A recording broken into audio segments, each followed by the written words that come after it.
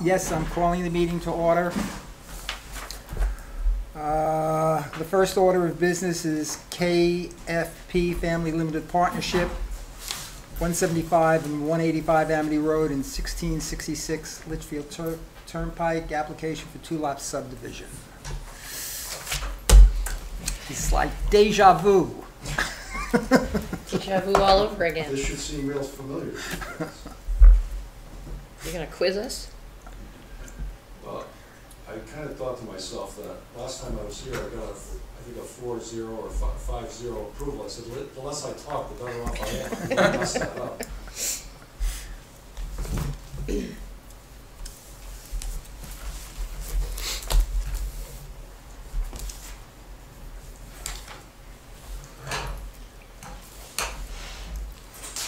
So for the record, my name is Robert Pryor, professional engineer and land surveyor, here tonight representing the applicant for a two-lot subdivision on 185 Amity Road and 1666 Litchfield Turnpike. This project, I believe the subdivision was approved, I think at your October planning and zoning meeting, October 2018. Unfortunately, due to some miscommunication, we never got the Mylar filed within the appropriate period of time. So we're here trying to basically get the subdivision reapproved with the same plan as we talked about last time. We're not proposing anything different, and we ask that you incorporate by reference all the testimony, questions, and answers that were entered into the record at the October or the public hearing at which this was approved. Okay. Chris, can we incorporate by reference? Yeah. Oh, okay. I just didn't know.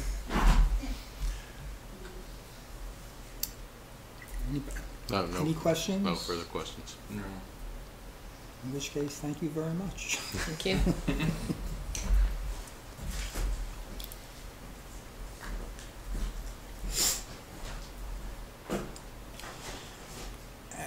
There's nothing else on the agenda in terms of applications or anything else, so therefore we're going to our work session. First order of business is to consider the application, the two-lot subdivision. Anybody want to discuss it? Anybody want to make a motion on it? Motion to approve. Second. Any discussion? All in favor? Aye. Anybody opposed? Nay. Just sign it and file it and sign, please. But we don't want to go through this again. Thank you. Thank you. I'm sure you don't want to either.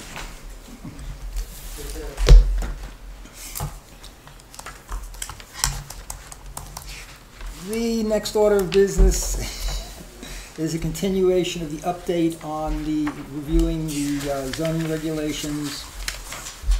At the last session that we had on this, we went through sections 1 through 3, and we're, if I remember correctly, and we're now up to bulk regulations 4.1. Page 58. Page 58 it is. And you're going to be the scribe? Yeah. Chris, thank I'm you. continuing with my scribe. Okay. I think one thing we should just mention to you, just in passing, we have an application that's come in, and it's going to the Zoning Board of Appeals for a solar farm use in a resident, just purely a solar farm. And it's not something that we have in here, so it's just something to mention that we may or want to address it one way or the other. It's going to the Zoning Board of Appeals because technically, typically, those types of uses are accessory uses to either residences or businesses where they, install them as an accessory to that primary use. But nowhere in our use table, either Do we have solar the current farm? one or the proposed one, is that a use that's recognized as a primary use. So I wanted to just bring it to your attention.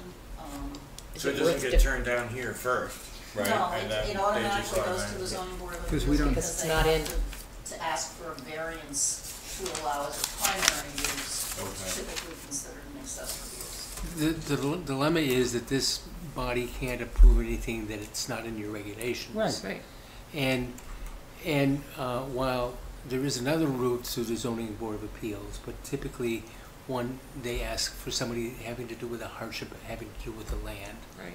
And that's a difficult finding to make.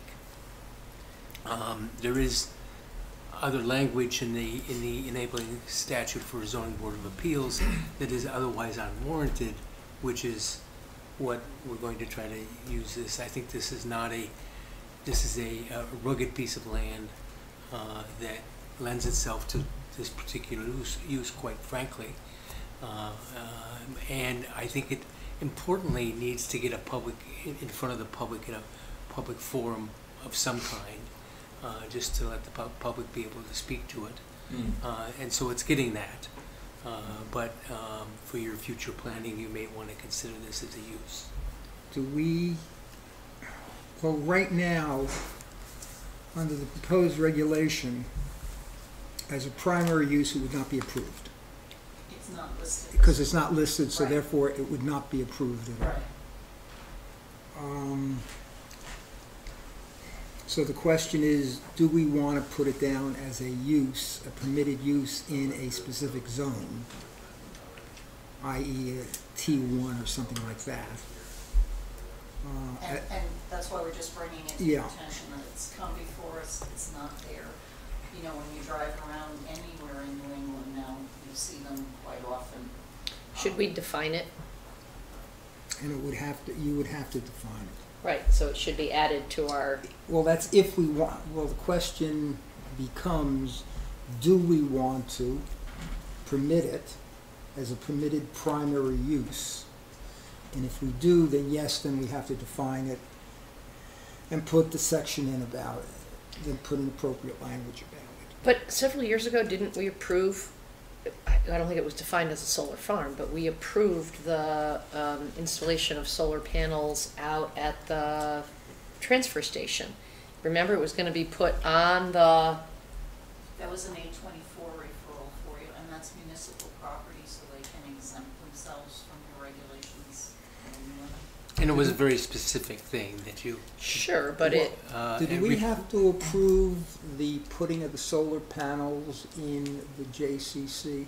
But that was an accessory use, it was a canopy on top of the. Right. Because it's you're right, it's an accessory use. right, it's like solar panels that are put on roofs. I can't imagine we have Yeah. to, Yeah, no, they come in all the time, but quite often now when you travel around, you'll see solar farms out there.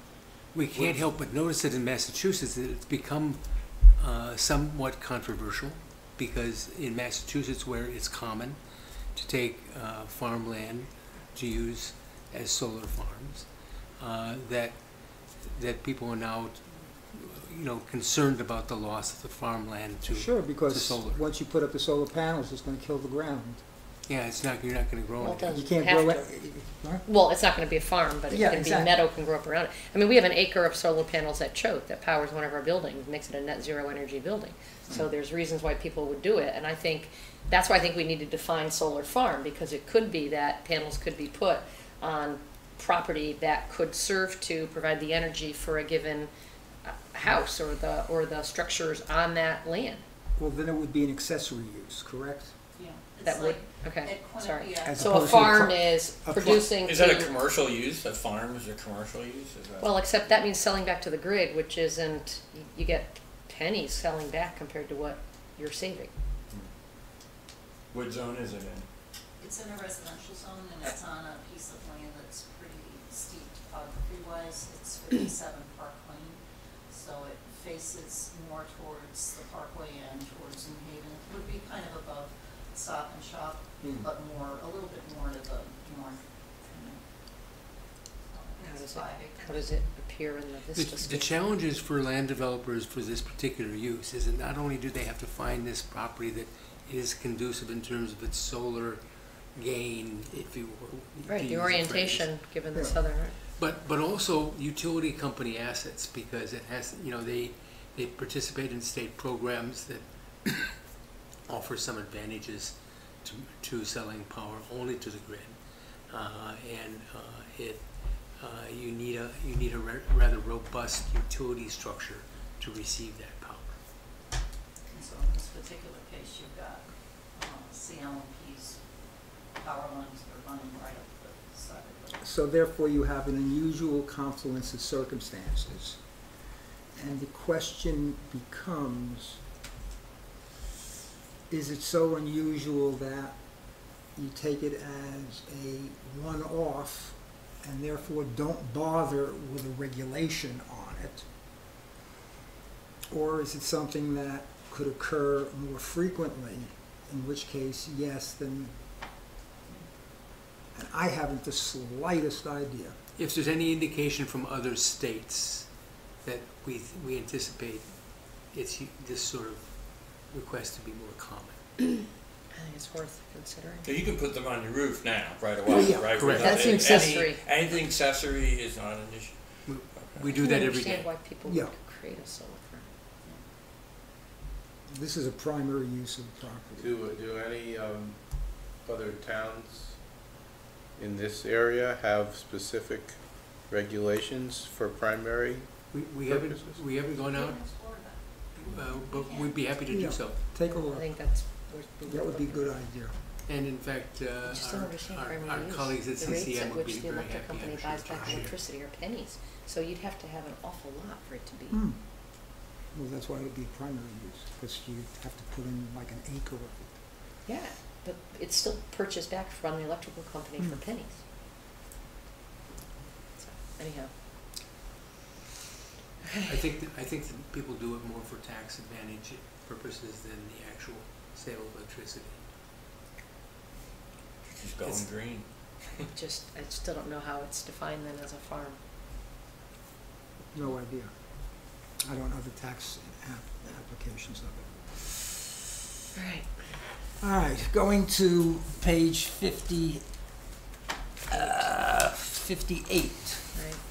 So I have a note, Chris said in her notes to us that, that very top of the table, residential density is new, but I have a note here saying we should delete that section. Does anybody else have that in their notes? No, but I know what we're missing is, particularly for residential areas, in the current table, we have families per building, which we don't have here at all.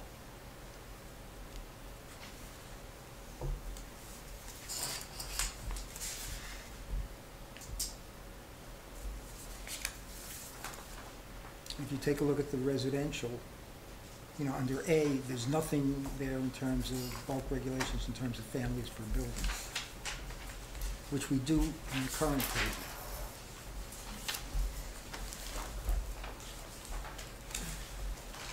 And residential density, I don't even, if you're gonna keep it, I don't even see why you have the minimum, because there's no minimum, period.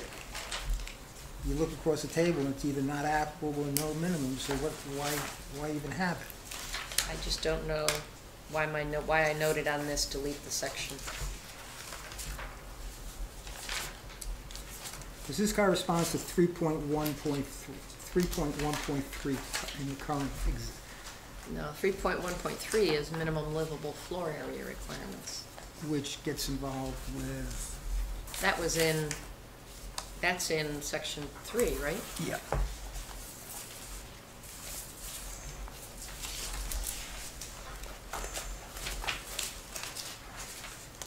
If you go to table 3. In the current regulations. Right. Sorry, it's table 3.1.3. I was looking at section 3.1.3, Oh, sorry. I'm Sorry. I'm talking about, Yeah, you're right. You're absolutely right, that the column on families per building yes, is missing. is missing. Good, nice catch.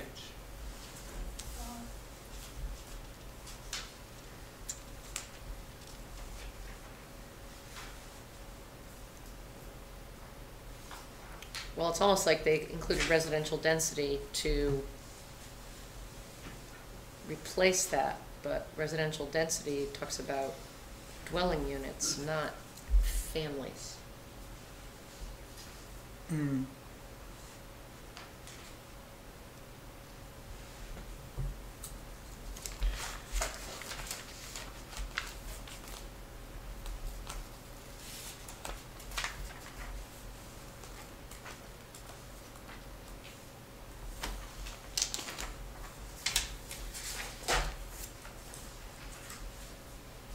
Dwelling units, any building or portion thereof used or intended for use exclusively for residential occupancy by a family.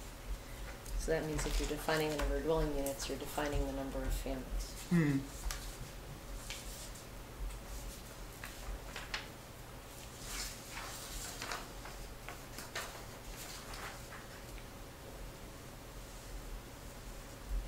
What do we, Why does it say 0.6 for A? I don't, and then 2.9. Right, It's because if you take basically 65,000 square feet and you divide it by the number of families, which But it doesn't make right, sense. but how do you define point, I mean, I know Yeah, how no, they got it, but 0.6 families, so the mother and father and, right. I mean, And we do have lots that are undersized, that have houses on them and whatnot, so. I mean, when I looked at this, it made no sense in the sense to have that, the residential density in there, because it's just taking, it's creating a number which doesn't really make much sense when you look at it. And that first line on minimum, why even bother saying Saying it. minimum? No, as I say, you don't need minimum, obviously, because it has And no, under the,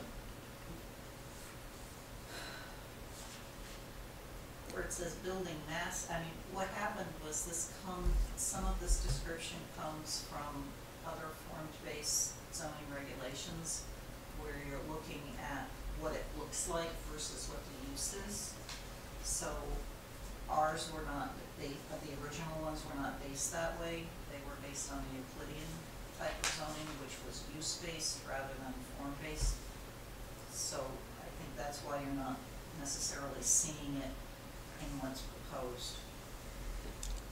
I mean, it's not a hard thing to just add in a line for families per building. But the problem is now that you're allowing an accessory apartment, you know, you may end up with two where one used to be. But you don't particularly want to, I don't know that you want to say that in a residential A district, two families are allowed, because it's really not. no, two because it's families. too, because, It's an accessory use, or an accessory apartment, not a full dwelling. Because you could interpret that by saying that it's in the residence A, then there could be two families and a accessory dwelling unit. No, because under the definition of accessory dwelling, it says it can only be in a one-family dwelling. So could the maximum dwelling unit be recast as a different, to produce a different effect across this You could chart? say primary dwelling unit per or primary dwelling unit, because then the other one is the accessory dwelling unit, with its own nomenclature for how big it can be and whatnot. is there a value to defining it as dwelling unit? if you put down the 1, you can put an asterisk down next to it and put it down at the bottom, you know, Yeah, and refer to the accessory use. okay. You can just put the asterisk next to DU, then, right? Or whatever, exactly.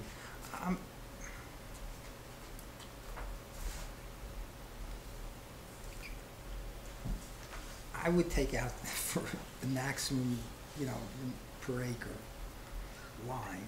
So take out the residential density section Right. entirely? Yes, and That's what we decided at some point. I'm sure I'm not, I bet Jeff has it in his notes. I don't think I'm the only one who has it. So because we it can makes no talk- sense. I don't think it's hard to understand what it means. So it must be someone that knows what the form-based zoning is. It must be really usable. Otherwise, I don't understand. And it's the same thing with the block size, when you look at the one below that, where it's not applicable to. Yeah, it doesn't, it's no maximum, it has no numbers, no nothing to it. I would take out block size also. Delete, delete, delete, delete. Oh, while we're at this, while I've been entering these things, can I ask a silly question? In our existing regs, we don't have 2 columns, we just have 1 page. And it works a lot easier when you're doing this if you convert it to 1 page, everything's just in 1 column rather than 2 columns, because then the graphics fit in better and. I couldn't care less about I that. mean, the orientation is what's different. This is 2 columns, Yeah. right? Right, You're saying and in you wanna most put of the it- text, it's 2 columns. Mm. This particular thing is a 1-page thing, but when you get into the text, it's 2 columns, and it just becomes Okay. crazy. So it would be easier if it, I don't think it makes any difference as long as, and it's just easier to edit that way. Sure. And under building massing, after lot width and lot area, you have to put the words minimum, because otherwise you don't know whether it's what it is. Hmm. Because building coverage and lot coverage, then you have to put the word maximum in.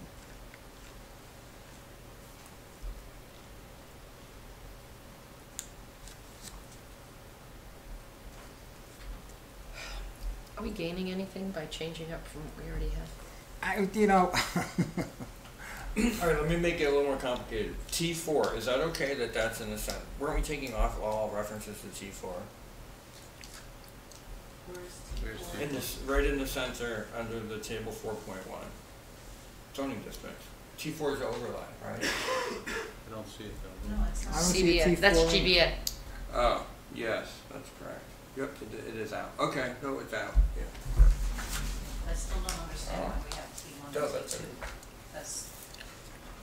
Those are You don't have newly this one? created. Yeah. I mean, originally you had Okay. P, which Yes. was park, which was like the ball field that's down in, on South Bradley, or Allison Park that's over here, and that made sense, but now we've created 2 districts. We really don't, we have to find where they are on the map. Well, we approved all the zoning districts and boundaries a while ago, and I We don't did. really feel like going back Yeah. and redoing T1 rural, T2 rural, Yeah. T3 Yeah. suburban. I think we have those, and we're sticking with those.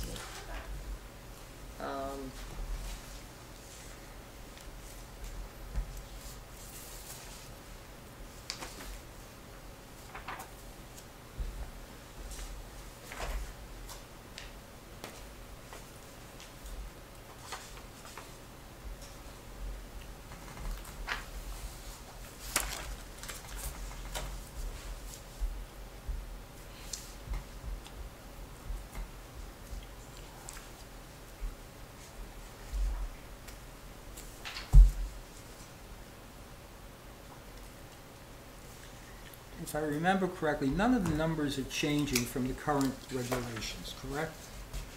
I think I looked at all of them, and they're, It's just that lot coverage and expression line height are new. right. We have an expression line height with a not applicable all the way across. Correct. So you take that out. Because if it's not applicable for anything, well, why even have it? Right.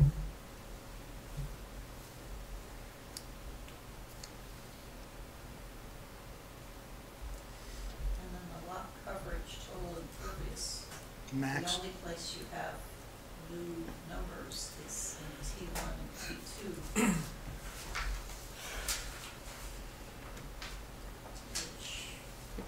Which makes sense to define how much can be impervious. T1 is a natural zone consisting of lands reverting back to wilderness condition, including lands unsuitable for development due to topography, hydrology, and vegetation. And T2 is sparsely settled lands, including woodland, agricultural land, grassland, sports fields, golf courses, and cemeteries.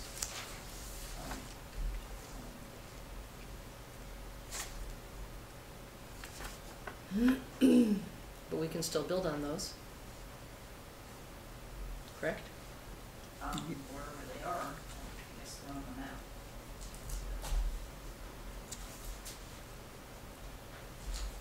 So if we can still build on them, I think it's appropriate to identify how So much on can the be. map, no. Okay, so on the map, the ones that are T2 are Fitzgerald, it's showing, Beecher Road School and the Amity High School, but I think those were gonna come out of T2. And then it's showing, the Alleghi Fields, Office Center and, Pease, it's showing the cemetery on Pease. And it's showing Shepherd Farm. the parcel that's down on, where the Boy Scout camp is on Litchfield Turnpike. And then the large tract that the town purchased from the Regional Water Authority south of Route 15. And then T1 is like the Elderslie Preserve, it's mainly things that have been given to the town via, But all are, is it in case all land is owned by the town of Woodbridge? no, No? some of them are owned by the Land Trust, some of them are owned by Boards of Ed.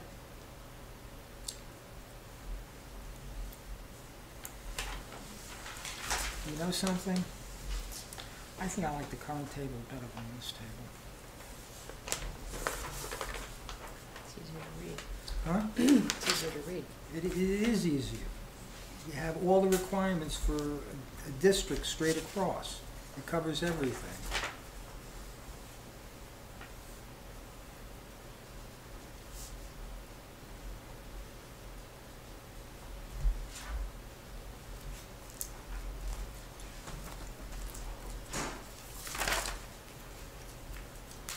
You just add in the T1, T2, you know, the other districts.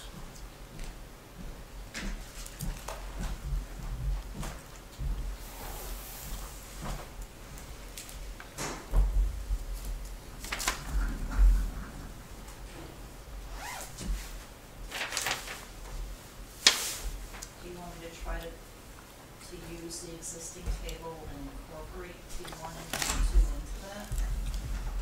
All the other zones. I would. Because the only new zones you've got are T1 and T2. Well, it's called now T3, C. Well, yeah, Yeah. it's T3C, yeah. But it's still C and D, and Yeah. I would. I don't know however anybody else feels about it. I think that would make sense.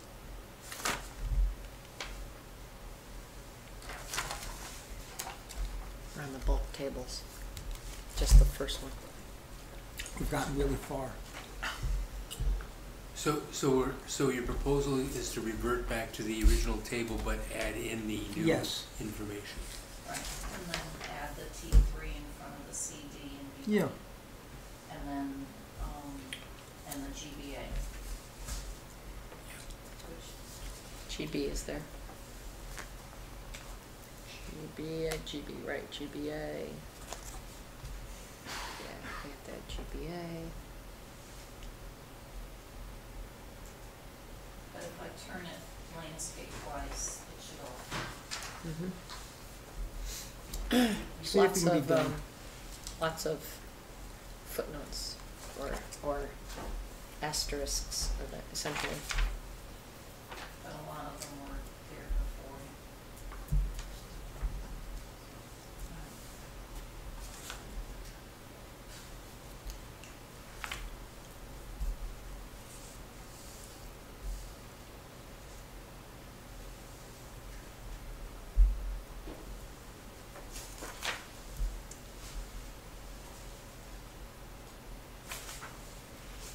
Yeah, I would do it. Because a lot of,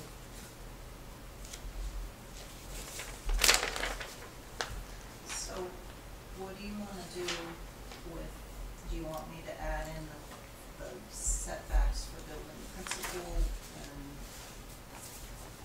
setbacks for accessory buildings. I mean, they're part of the accessory table, but we just don't title them principal or secondary. You mean, it's part of, column 9? The accessory ones are part of column 9.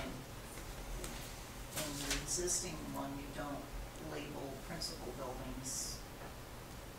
You just have front yard setbacks. And the only thing is in T2, a secondary building would have a 48-foot minimum, so But couldn't that still be handled under column 9? Yes. yeah, as an accessory building. Right.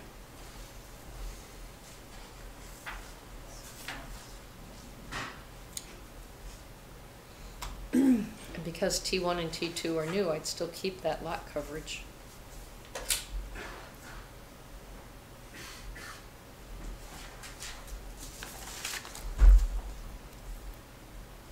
Right, so we'll make a column for T1 and T2,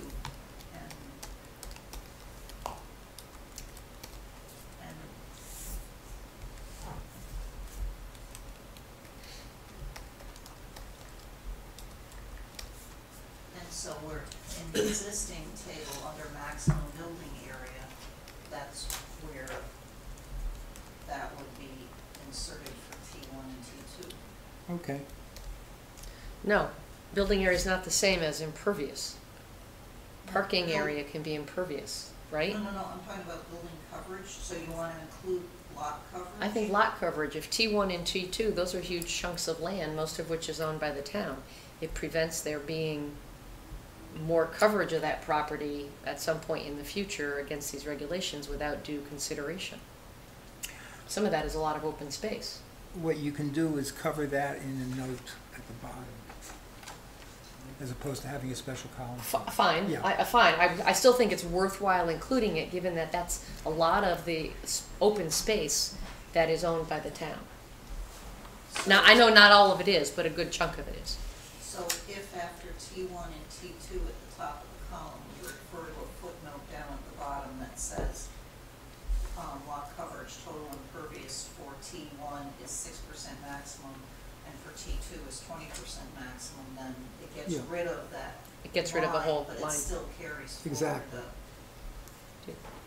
That light on there is phantom. Just want to see if it's on. It's not in trouble here. Does it need to be turned towards Chris? Need to be turned off.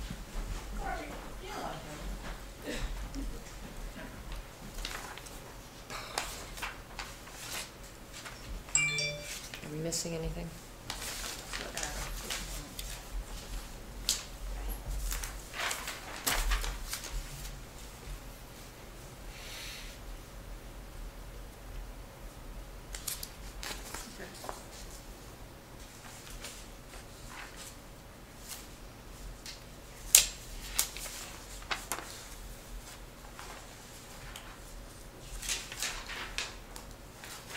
We decided to keep families per building, or did we decide to keep dwelling units and define accessory dwelling?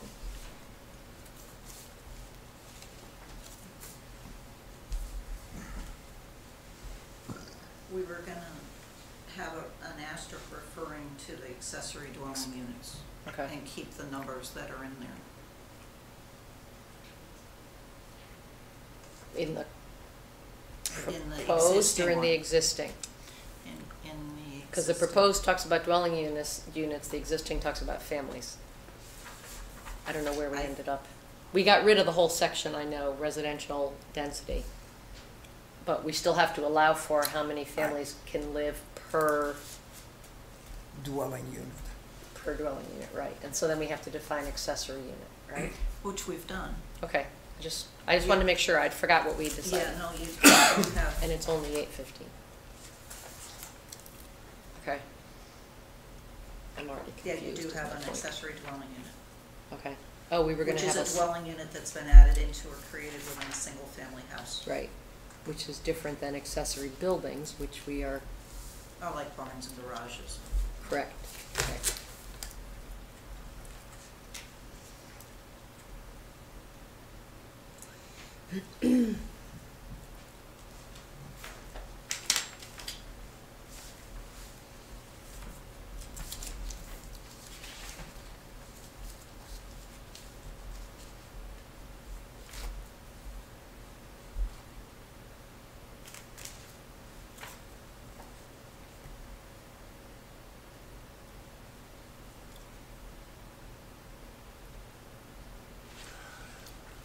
Okay. And then on that last page, on page 60, that's just the maximum building height column that's in column 2, pretty much. I mean, except that it creates a minimum and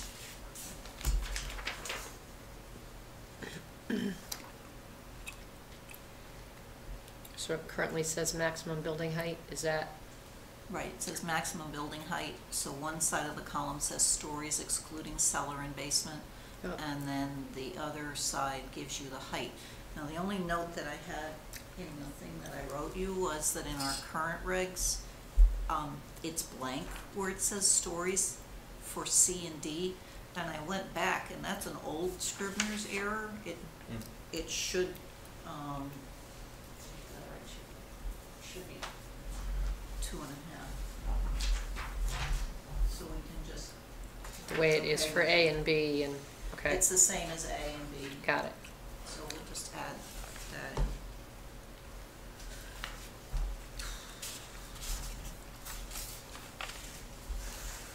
So are we gonna go back to saying maximum building height? Or, I mean, stories, it actually says stories excluding cellar and basement, so we can use number of stories, right? Right, and we have maximum stories in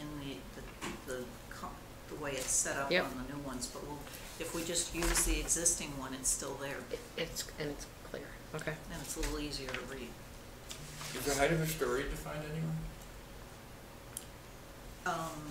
Further in the regs in this section, In there's this a discussion of It is. stories.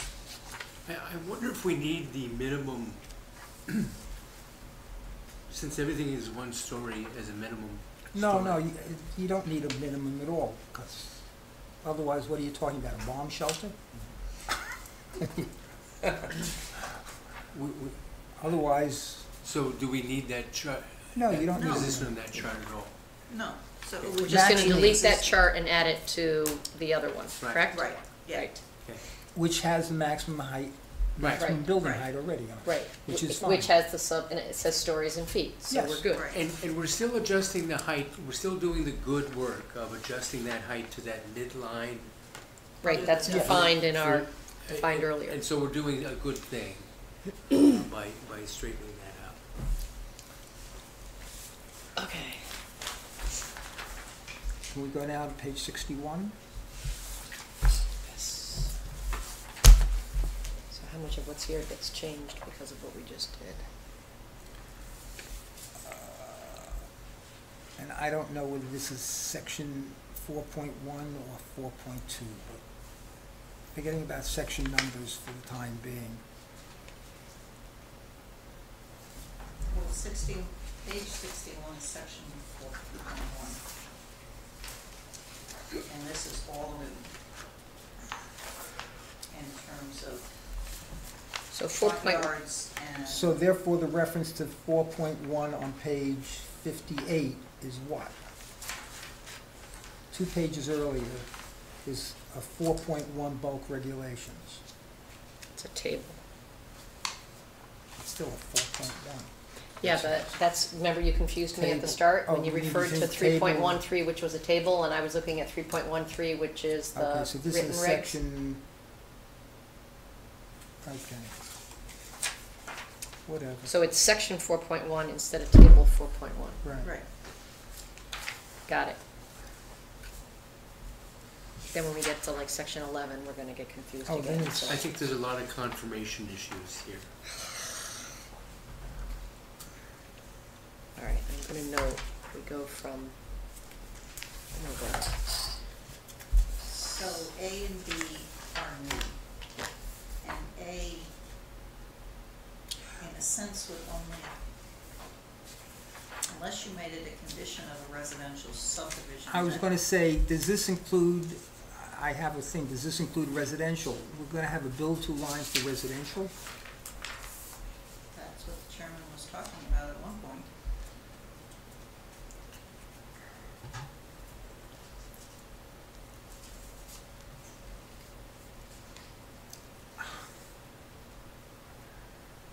In a residential A and B zone, I don't see it. Well, it says the commission may require. But the thing is, typically, you don't see residential developments. The only way you'd be able to put it on is if you made it part of a subdivision approval, requiring that that be done. Because otherwise, they just come in, and where it's saying the commission may require, you don't have any review of individual house plans that come in. That goes straight to the zoning officer.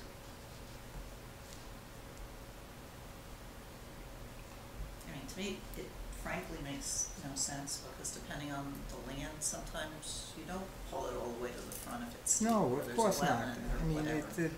for residential, it depends specifically upon the contour of the lot, and Yeah. the topography of the lot. And quite frankly, if you're down in the GV, BI, the C, the D, those lots are so small and constrained, it's gonna be as close to the front line as they can make it just to get any size of a building. Or have a backyard if it's a residence.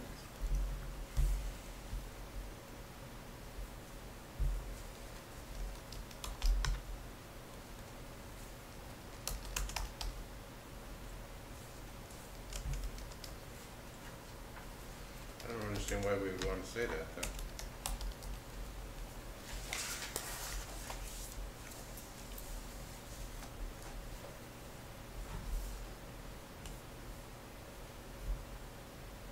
And Specific to all zones, it's, Well, say specific to all zones doesn't make sense. when you get into yard projections, that's kind of going against the concept of having a front yard setback. Because no, currently, it's, when we talk to someone about having a zoning compliant development of a lot, we're looking at it from a bird's eye view looking down, so it's the furthest most projection of a roof overhang or whatever, and I mean, it's good to deal with the ramps that way, the ADA ramps, because sometimes somebody needs an ADA ramp and it, you know, it has to go in the front yard. So to exempt them from being in the, you know, having to observe front yard setbacks is wonderful.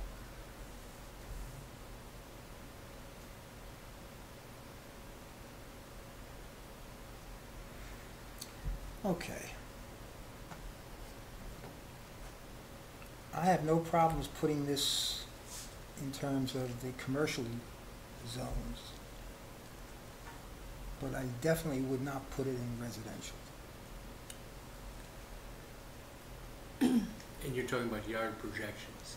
No, I was talking about the build Front to, yards, build to lines. build to Oh, lines. okay, sorry. I mean, I'm looking something up and it says building lines may be established for the purpose of preserving residential and commercial front yards. So that is a benefit, so you don't have a house built directly on a sidewalk, for example, right next to it, so that there's no space between the road and the house. Oh, we have setback Well, restrictions. we have setbacks. We have setbacks, as long as you're within the Everywhere. setback.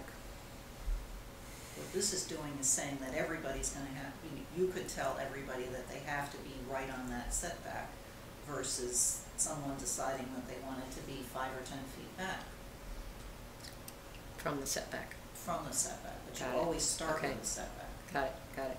In a mature neighborhood, this doesn't mean much. In a new, large subdivision, it might mean something. Right. But if you wanna apply it to G. but if we're saying specific to all zones, it would apply to any new construction on an empty lot, which makes no sense at all. Correct. So again, why say it? Whose idea was this? No. So did we say specific to commercial zones and subdivisions?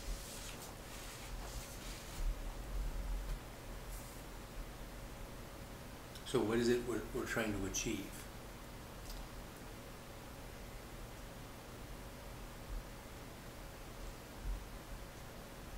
You're supposed to be achieving a more uniform street Street wall. Yeah. Which I totally understand in certain areas. So like in GB, GBA, Yeah, BI, where in other areas it doesn't make And Dev any sense 1. whatsoever. and Dev 2. Even in a residential subdivision, many people may not, the development may not want everything to look exactly the same. Right. And so therefore, various setbacks, Mm-hmm. deliberately so, Mm-hmm. in a residential area.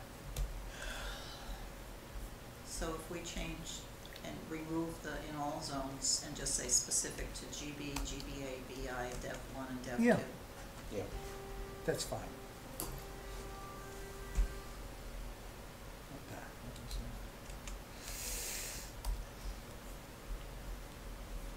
that? In yard projections, is there any place in town where we allow 3 families? No, Yeah, Okay. that was odd to read. Right. And it's not the only place in here, because later on, there's a Mm. couple of references Yeah. to 3-family units.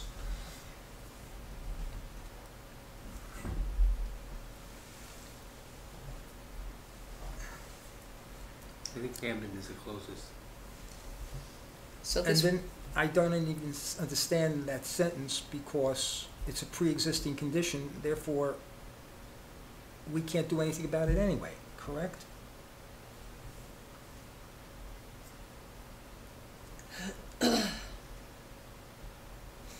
May project as necessary into a required yard. Well, it can do it anyway, because it is already, well, it's not.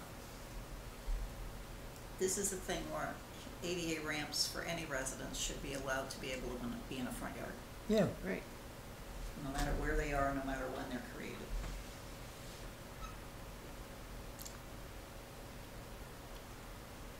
So just take existing at the effective date of this amendment and just say, in case of 1 and 2 family homes, uncovered ramps required for handicap may project as necessary into a required yard.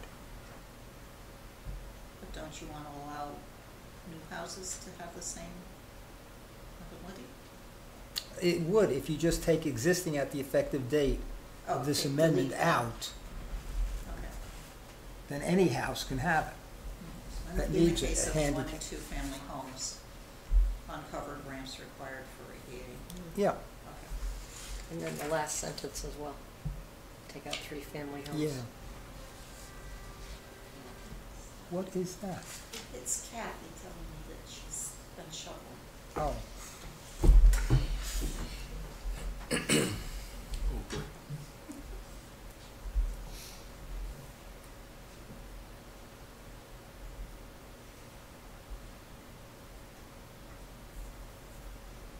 So the last sentence where it's talking about unenclosed stoops or verandas and associated roof hangs.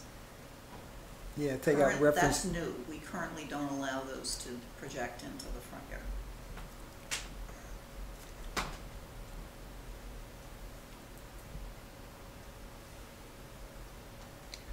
Why not? Because that's why you have a front yard setback. It's part of a structure. So if you want the structure out of the front yard setback, then you take everything that's part of that structure out of the front yard setback.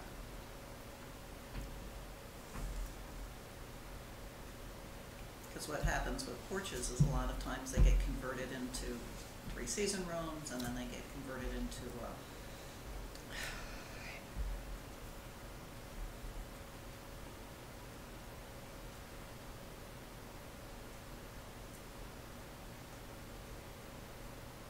So delete it. It's not a part of the original regs. Doesn't seem necessary. I agree, take it out. And that means we can delete section 5.17D. Yeah.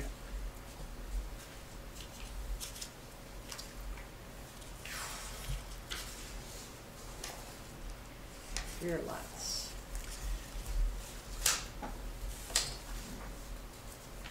In the first paragraph, it should just read the commission by the commission as opposed to town planning and zoning commission.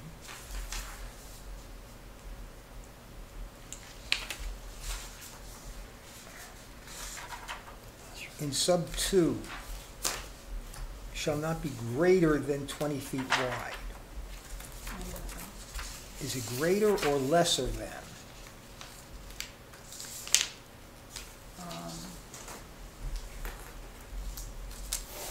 This corresponds to 3.4.3. Say at least 20 feet wide. Yeah, that's what I thought was what we do now.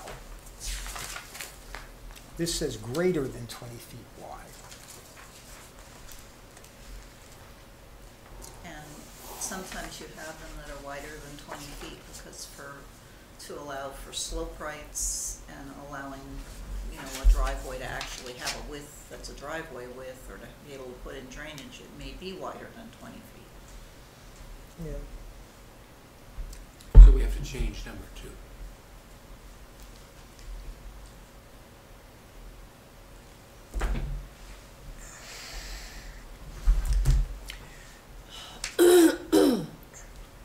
So shall be at least. Shall not be less than 20 feet wide at any point.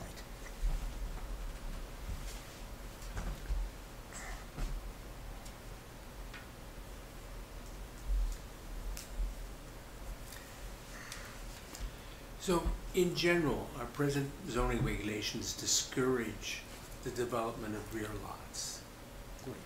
And we have a checkered past in court on this action in 20 years. We prevail, we lose, depending on the peculiar circumstances of the approval. But the general premise that our zoning regulations has is that we, in the uniform development of Woodbridge, that we have discouraged rear lots. We have lots of them. And usually it has some geological feature. Big rock, big pond, you know. And sometimes not. And Just- sometimes not. It just has been developed that way. Right, right. But I can recall that this is a subject of some consternation in subdividers of land.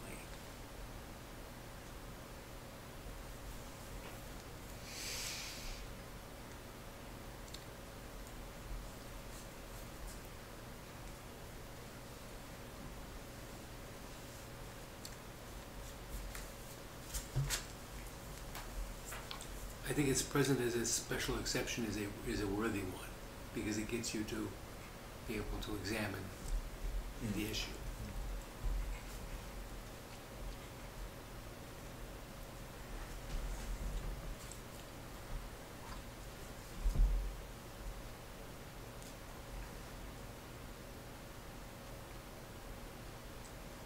I suppose we're technically in a rear lot. Oh, yeah. Oh yeah. The driveway's 2 1/4 and 1/3 of a mile long. It's, I was wondering when I'd ever get to your house.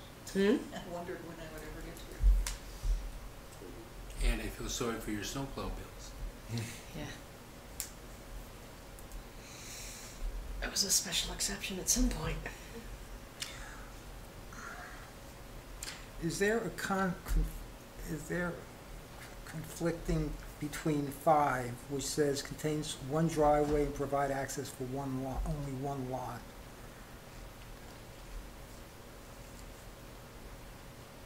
Oh, the other one says no more than 2 adjoining rights of way serving 2 individual rear lots shall be permitted. But I know of instances in town where there's one driveway and more than one rear lot is being accessed. But many times there's a property line that allows for 2, but they have a shared agreement Oh, with for that one driveway. They'll have cross easements so that they build it over the 2 so you have less impervious and less drainage issues. I know many families have enjoyed this immensely with their families growing up together. They're sharing the cost of a long driveway. Okay. I also know the opposite, by the way. There being dreadful experiences. We had people ask us if we would grant them the right to use our driveway for building on, and we said no, we didn't want to deal with the issues of sharing Right. the driveway and what it would mean to the rebuilding the driveway if necessary. And Yeah. The dueling UPS trucks. anyhow, so I think these all look good, right? Okay.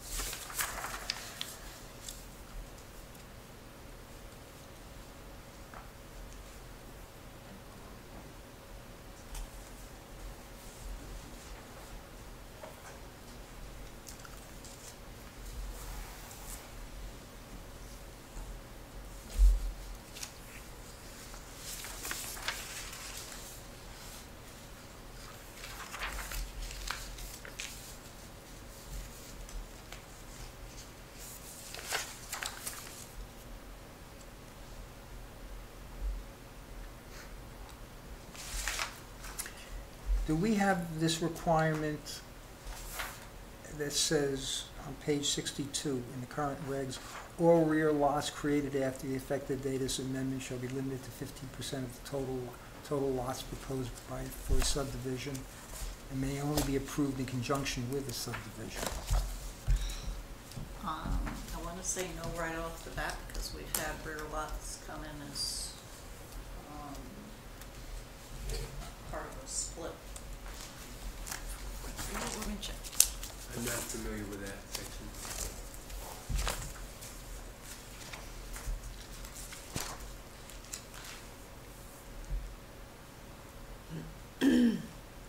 No, Which- that's new. Yeah, which means you can't have a 3-lot subdivision with a rear lot.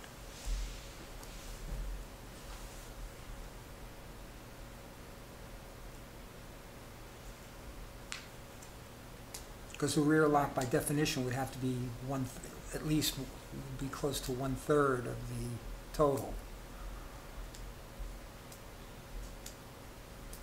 Either that or it would be a huge parcels in a 3-lot subdivision.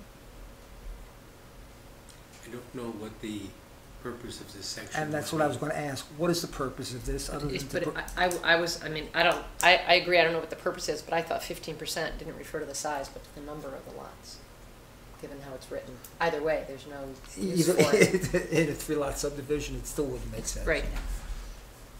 Okay, we're deleting that.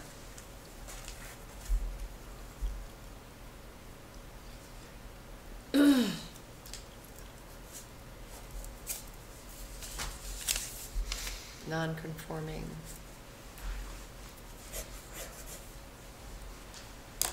So this is where there's currently just a footnote in the table of general bulk regulation that deals with lots. And quite Non-conforming? honestly, that's a lot. It's easier to explain the footnote that exists than this. Yeah, and Because- this corresponds to 5.1, which we have now. If you take a look under our current regs, 5.1.1 through 5.1 through 5.5, I think it Yeah. is. It's partially that, but it's also the footnote number 5 under the table of general bulk regulations. Because when zoning started in 1932 in residential A, the lot size was 60,000 square feet. And then in 1963, when they updated the regulations and they created their first town plan, then the minimum size in A went to 65,000 square feet, and then it changed again in 2001. So the footnote addresses all of that. But it's a huge footnote, right? I mean, it's a But, I lengthy mean, footnote. But it would make sense to To transpose it. pose it in here and put that in lieu of part of this. Either that or I like in what we have now, section 5 of our existing regs. which is non-conforming use. Which you shared with us when you did your analysis, Chris. Yeah, no, I know. But it still does, we should include footnote number Yes. 5 in there. Yes. So just keep it as the 5, the language of it, 5.1, and add in the footnote from the bulk table. I mean, you could,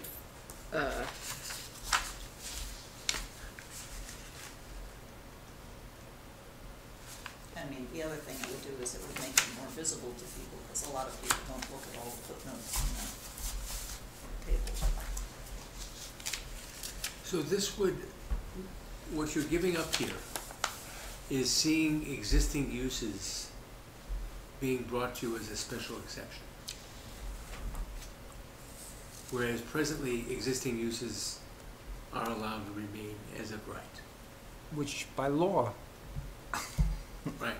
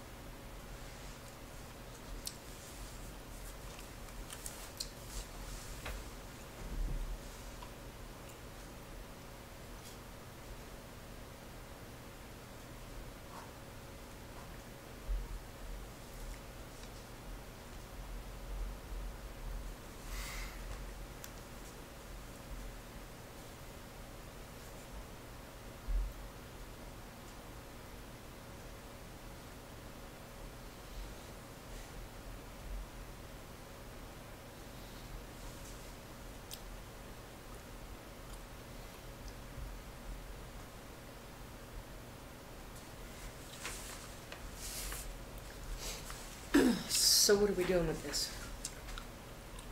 I was just making a note to use section I would use section 5. 5.1 and add footnote 5 into that. So we're gonna delete the existing content of D. D and substitute. And substitute section 5.1 and add in footnote With the number Well, 5. it's not just 5.1, it's 5.1, 5.2. Oh, no, it's that whole 5 That- section. the section 5, yeah, Yep. because it has buildings with non-conforming Yep. bulk and the whole The thing. appropriate Yeah, outline format. Yeah. yeah. Section 5 plus footnote 5 on page 29.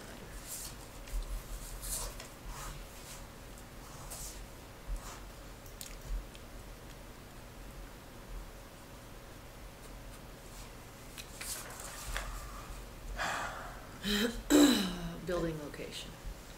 Wait, before we get to that, there's this exception. That's coming out also.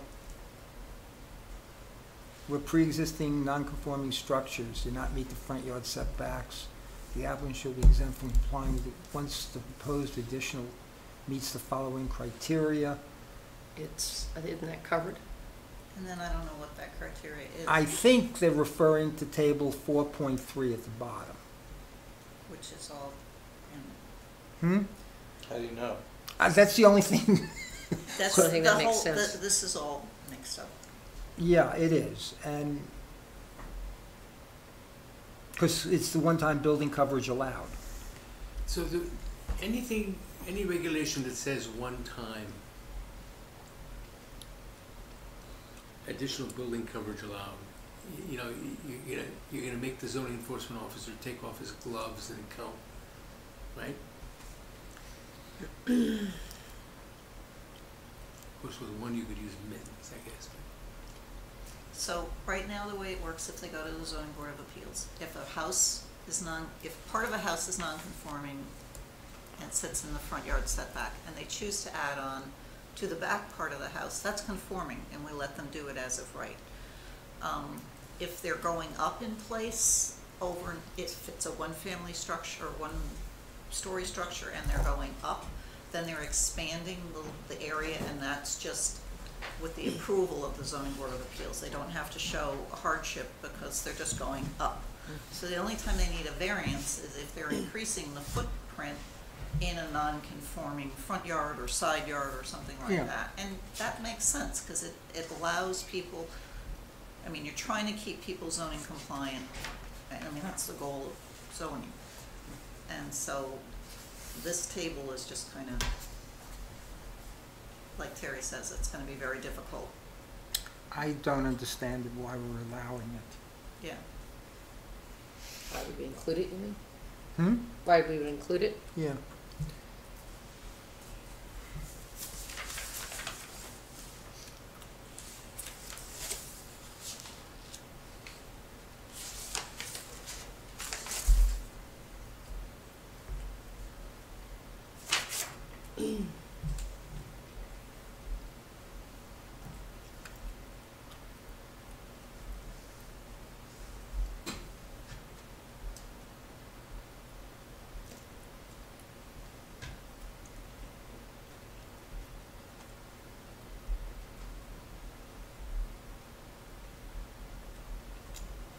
I mean, it's generally promiscuous. It allows people to have more. You know, to get more today, depending on the circumstances, as Christine just discussed, you know, on our older streets such as Johnson, some on Beecher, our older structures that were built in what is now the required front yard, you need the zoning board of appeals to be able to build. And it's common application to them is to build in front yards. And typically it's not so much in the front yards, it's typically in the side yards, which happens to be also the front yard because of its location on the road.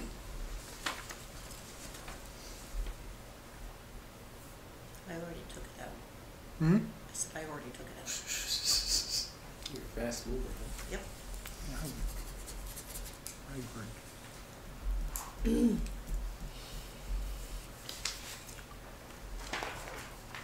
So E is also new. Yeah, building locations.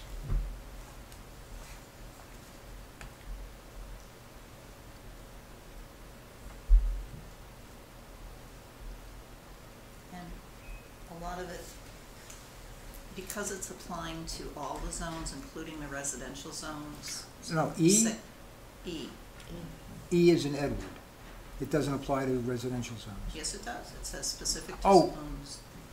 Building, It applies to C, D, B, B, oh yes, those, and not to A and B. not to A and B. And so it's telling them that their frontage has to be on the public or private roadway. So they couldn't have a house that turned sideways, which I don't know if they want to or not. It says that the accessory buildings, which could include a detached garage, have to be built behind the principal building. They couldn't be built behind the front yard setback, but in line with it. I mean, I've always maintained, I don't understand why we're imposing new regulations on residences which are in the flats, whatever the heck you wanna call it, that we don't impose on A and B. It just doesn't make any sense to me. And P.S., those lots are all, pretty much all developed anyway. Hmm. So what you got is what you got. Do we have any infill lots? Yeah, we have 110 Lucy Inn. Well, that's just And a then lot in a there's, and subdivision. then there's one on Manila. That's just a lot in a subdivision. It's not necessarily an infill lot. I thought by infill you meant a vacant lot that's to be developed. Well, I guess the question is then, do we define infill lot? It's a very urban term used in, I know in New Haven a lot, in Hamden a lot. What does it mean? It's critical that what it means in our regulations. Typically, it's an undersized lot. In many communities, an infill lot is something that's left over that isn't as big as could be Under our required. subdivision regs, we don't allow that to happen, Well, and we don't define it. and we don't Nope. We don't define it? Nope. So this, I think this is a vestige of another community's problem. Oh, no, I'm sorry, here we go, under lot. The development of new housing or other buildings on scattered vacant lots in a built-up area. Which is what I was thinking about, 110 and the end of Manila, there's one or two, and the end of, No, we have a there's a few, couple. but they have status as approved lots. Right, and under the definition of infill in the regs, they would still be infill. Do they need this protection?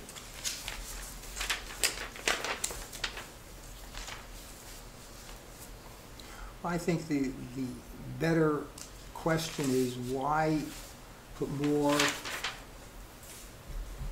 restrictions on residential in these zones than we would in A or B?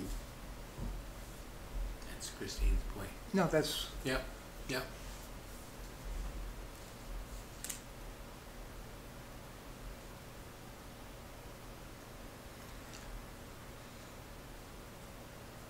We have a couple of odd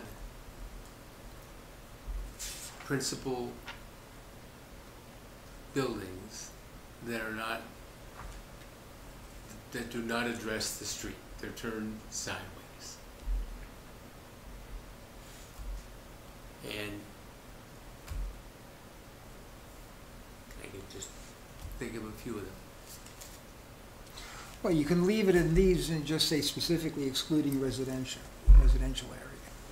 Mm-hmm. So we just delete C3, C, D, and BB, and then, Well, no, that you can have residential there, but you can also have business in those areas, correct? only in GBA. And that's gonna be on the second floor. Okay, so you're saying T3C is only residential? C, D, and BB are 3 residential districts. Oh, are residential districts, okay. Yeah, so if we pulled out them and left the other ones in there, then, I mean, since in GBA, the dwelling has to be above a Yes, commercial or retail thing, wouldn't make any difference. okay.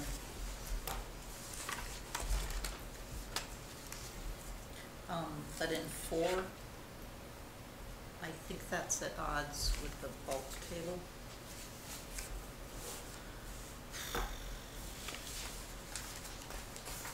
Yeah, I said not what's shown in 4.1, T3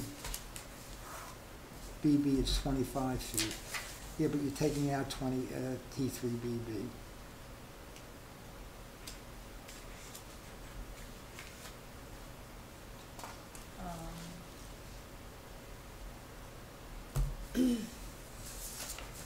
Rear set, Is the purpose of this, wasn't the purpose of this to allow additional buildings to be built in Dev 1 and Dev 2, where there is currently a building that is actually close to the road, but there's lot size behind it, right? Isn't this supposedly in keeping with what the Town Plan of Conservation and Development had asked for?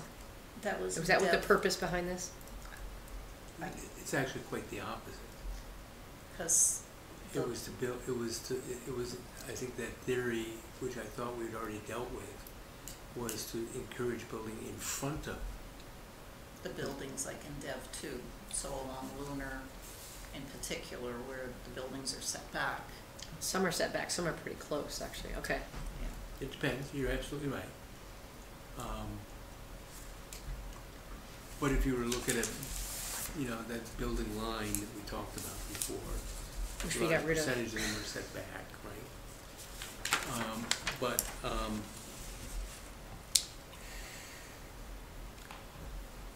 But I thought that we had already resolved not allowed that. My recollection was that we were going to build residential in that too.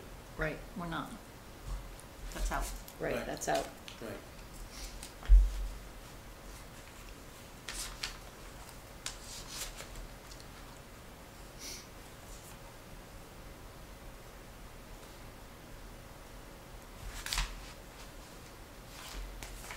But But Dev 1. getting still. back to 4, rear, BI has a rear yard of not exceeding 10 feet. GB has 20 feet. Oh, no, wait a minute. GB has 15% of lot area nor within 5 feet of any side or rear. Dev 1 doesn't have a setback for accessory buildings unless you apply the regular rear yard. And the same thing with Dev 2.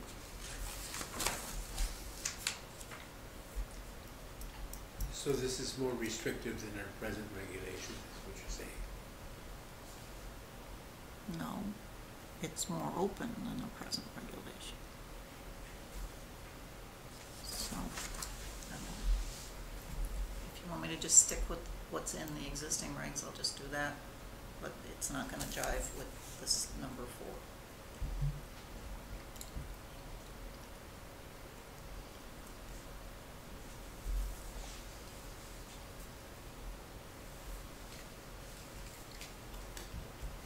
Well, the issue is, are the setback requirements in the table just for the primary building as opposed to for their accessory building? There are, under accessory, there are,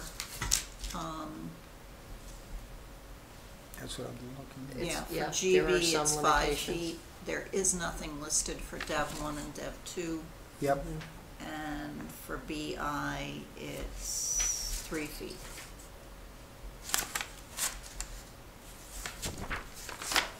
so this is setting up a minimum of 5 at least for those 2 districts. Right. So I mean, if we want to put 5 in for Dev 1 and Dev 2, where we don't have I- anything, I would put it in the table okay. It's a nice consistent way of doing it. as opposed to putting it here and take this out. Okay. I agree, because this It's looks just as like, though we're targeting these particular yeah, Well, there zone. are, I mean, I get that we are, but it would be easier in the table. right, and there are already criteria for other, setbacks, yeah. exactly. So that's all of this, Yep, 1 through 4. How about specific to Dev 1, Dev 2? no, or am I thought we were gonna leave in 1, 2, and 3 and just take out 4 and add that into the table. Because there is. yeah, leaving 1, 2, and 3 and take out 4. And put that in the table. Yeah. And then I'm yanking the SD1 reference too. Yep.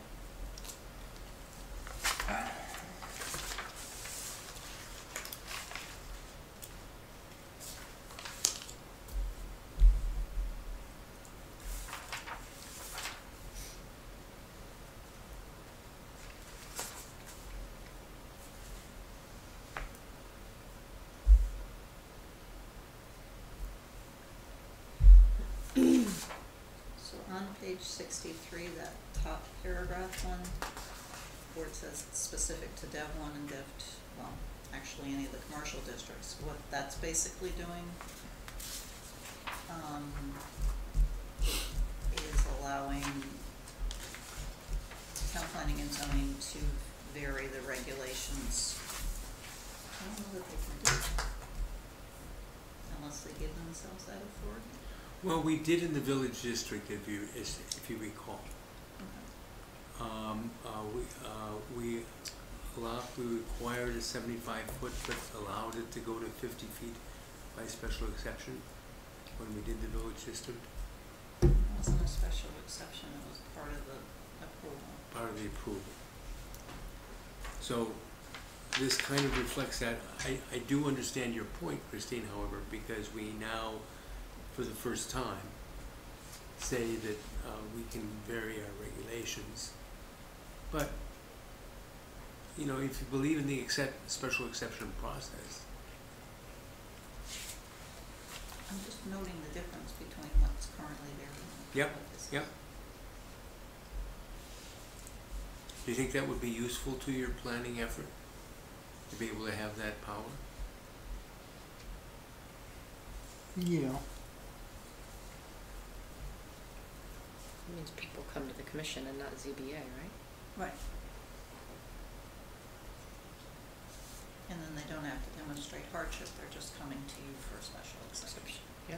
And that might be the real mojo of it all, frankly, is not to be able to subject people to a demonstration of hardship, because that can be hard to prove, especially under a legal challenge. I don't find a section 5.8D.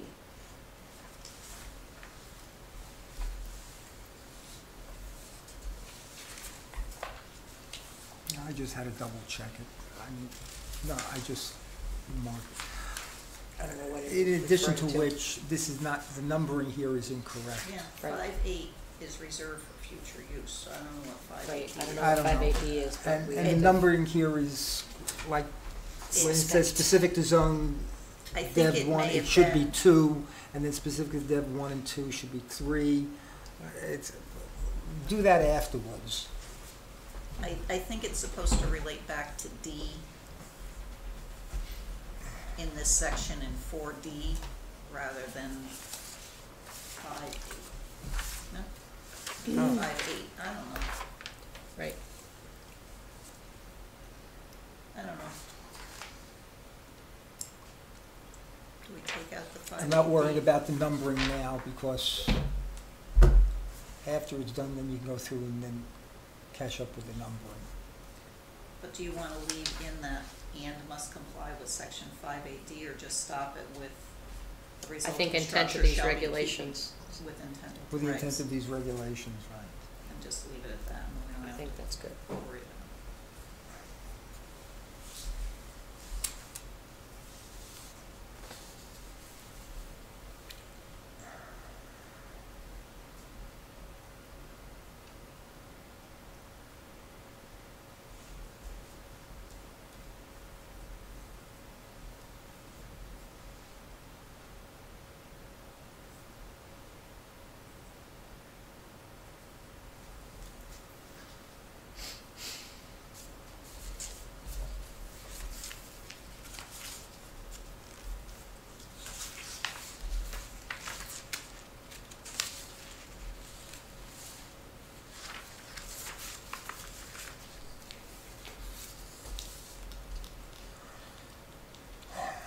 So the next paragraph is doing something similar to the first, to the paragraph above it, allows special exception in certain circumstances, Right.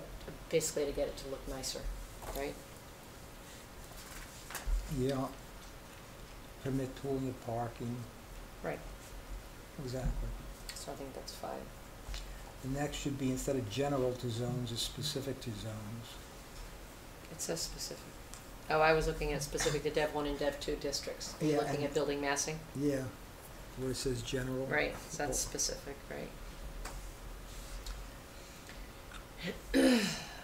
And the question there is, should the reference to T3C, D, and BB be removed because those are residential?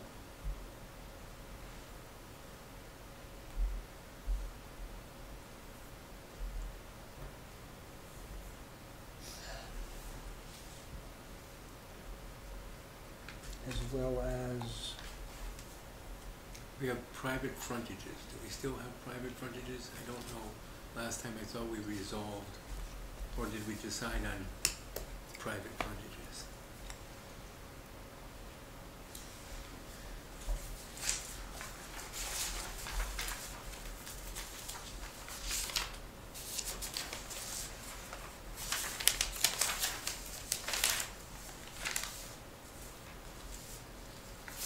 That's a different table.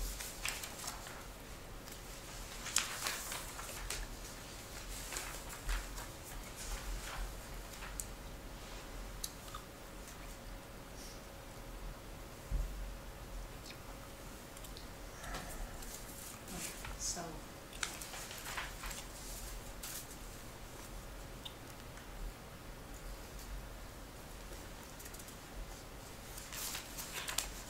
table 4.1 is the bulk table, and that's the table of general bulk regulations, and there's nothing in there about corner lots. It is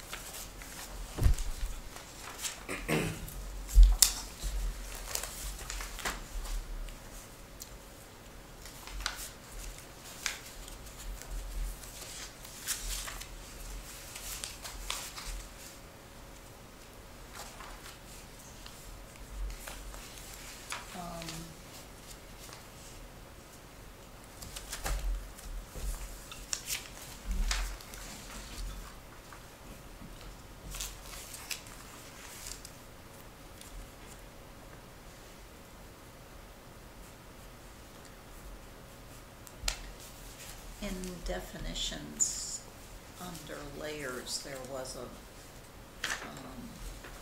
page 12, there was a schematic showing secondary frontages and principal frontages. And that's the closest I can, We got rid of one of those yeah. pictures though that we We thought got was rid more of the lot confusing. line one, Yeah, and got rid of boundary line. We kept the layers, which is on page 12. 12, right. And so that's the one that shows your principal frontage and your secondary frontage.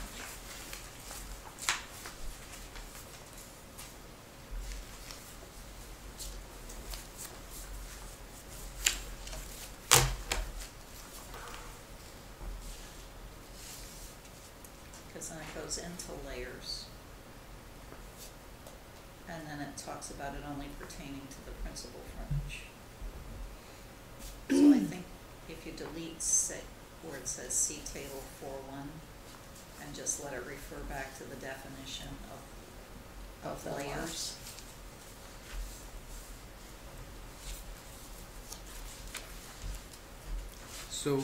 So where do we talk about two private frontages?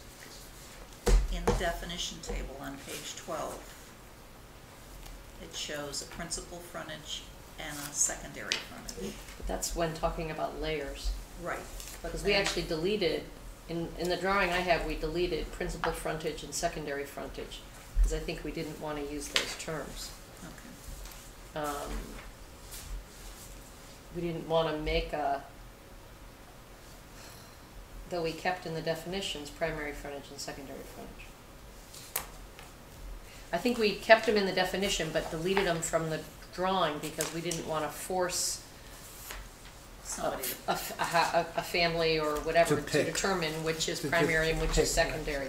We said we should let them pick. Remember we talked about people who've changed the number of the Absolutely. street address, right? Yep. So we got rid of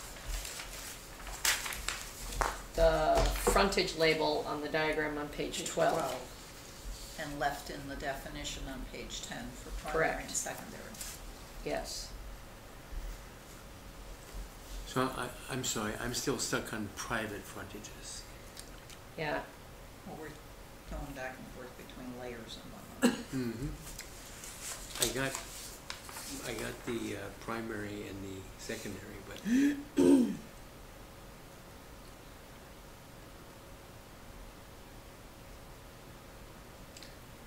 Well, I mean, buildings on corner lots have two frontages. Right. Can we just say it like that? Get rid of private Yeah. yeah. and get rid of C table 4.1 because it doesn't Yes. correspond to anything. Because so we're just stating the obvious. Buildings have Right. two frontages, but the Right. way we've defined it earlier, we're not saying which is primary, which is secondary. They can determine it. Right. All we're saying here is requirements for the second, well, now we're saying second pertain only to the principal frontage, but they get to determine, well, wait a minute, we don't use the term in our definitions, principal frontage, we use primary frontage, right? So that has to be primary. So it has to be primary. This is very good work, people. Thank you very much. But we have to delete the reference C, but it's just gonna say C definition of layers because we deleted lot line. Yep. Or Yes. see definitions for layers and frontages, Okay. right?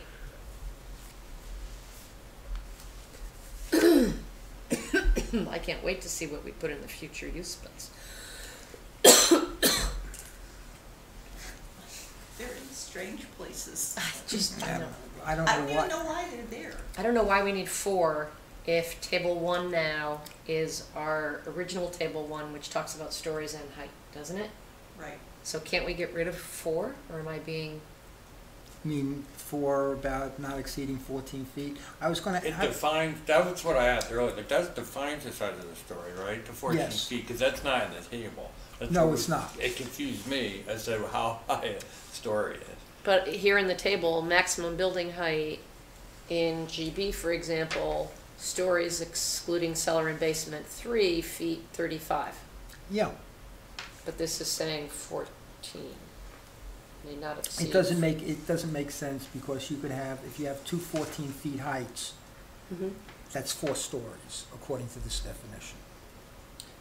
That's why we should just delete this, right? Yeah, I agree. Oh, okay. That's- Do we need anything about mezzanines? I don't care, as long as you don't exceed the height, who cares? So you don't care how high 1 and 2 stories are as long as it's not the total building height exceeding Right, it's 35. the building height that we're worried about. Yeah. So Exactly. the firemen can safely. So we can get rid of 4. Yeah, right, okay. So we're getting rid of 4. Right. Do you wanna get rid of reserve for future use in the middle of all this stuff? Get rid of it. Because you'll see certain Because other if we things. amend these, you're gonna renumber the whole silly thing anyway. But it may not make sense what you. Building height shall conform to table 4.1. Any bets as to whether it jumps from 1 to 3 to 5 then? Sorry, just can't resist. As I said, Okay, so you the don't need numbering I'm number not 3. worried about. Oh, I know. I'm not gonna worry about Okay, so numbering. 5 is fine, right? The The structure parking li- structure? Yes. That's fine. An applicant may impose height limit 15 feet higher than allowed for non-habitable spaces such as. First, that makes sense, right? Don't we have that someplace else? And it may conflict with that. And that's what I'm, Do you know and where the it same is? thing, 6 and 7, I thought we covered that someplace. Paragraph 6 and 7. And I don't remember. It was under the definition of, Of height. one of the definitions of height. Too many definitions. I don't know, oh, fine. Under the definition of height, it says that chimneys, spires, towers, elevator, penthouses, tanks, and similar projections shall not be included in height. And Okay. this may propose a limit 15 feet higher. So this is telling you, How high that supplemental structure can go. Which is fine. Which is fine, yeah. But that's only mass chimney flues, water tanks, or elevator. Well, it says such as. But It says then- non-habitable spaces, But then in 7, right? it talks about spires, towers, belfries. yeah, I think that, And why are we regulating religious uses like this? no, it's Because there's, religious institution or public building. Well, if it's a public building, we have nothing to say about it to begin with. there was a brouhaha over, I don't know what the church is on Racebrook, right? Where initially it was not Yeah. in the zoning, and then they applied for a special exception or something. And because remember originally they had, A 35-foot high spire. They were gonna put a cell tower. No. No. No, they just wanted a spire, because. they just wanted a spire, which they got Oh. permission to do and put on, but they were, By the zoning board of appeals, Right. under a threat of a RLUIPA, federal RLUIPA action. And exceed the allowable height by can't exceed it by more than 50 feet. But look at your churches around you that reach these heights for their own purposes, the historical purposes, you know,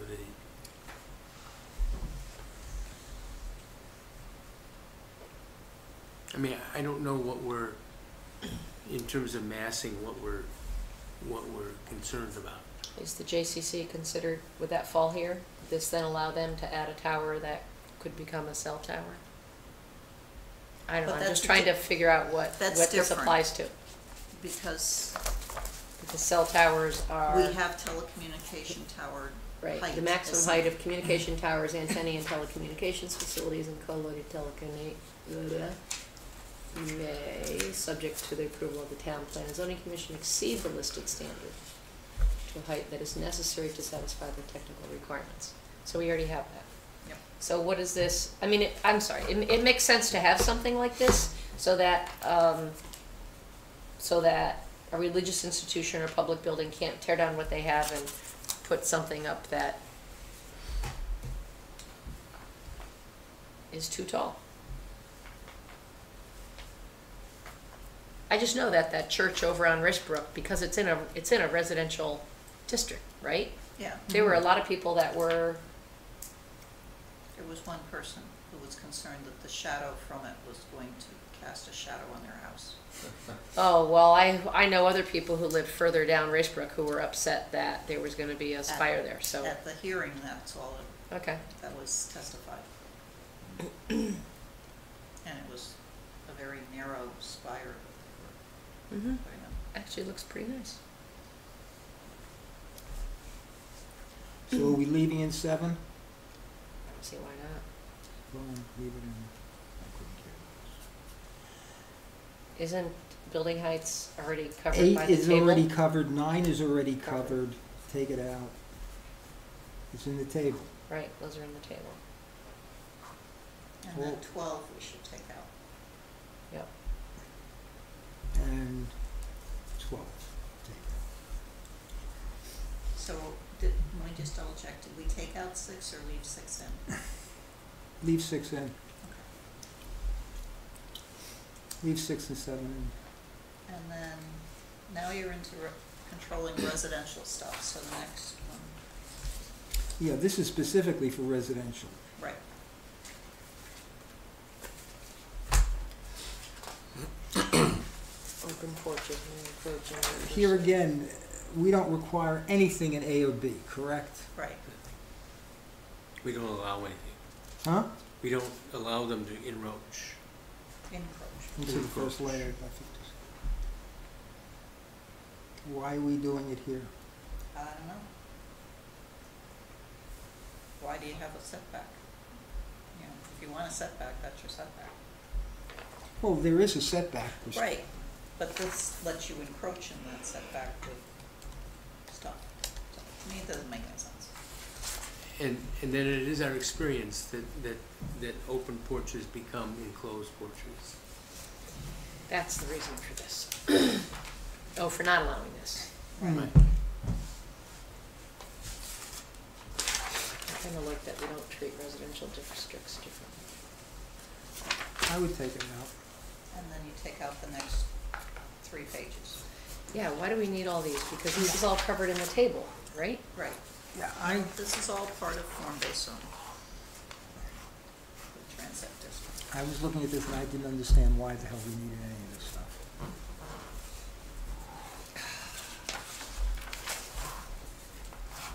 Our legs are gonna be shorter. Hey, green. And then, so we're taking out specific to zones T3, C, D, and BB on Those page are all- 63. Residential. Right, and then, The following 3 pages. yep, but then now on page 67, Mm. we are making strides. Awnings, arcades, and encroaching sounds have to be curlers, Chris Adams, living man.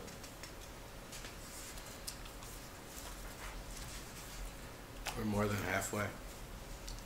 Halfway of what? To the end? No, The end. we're nowhere near it. No, we're just past halfway.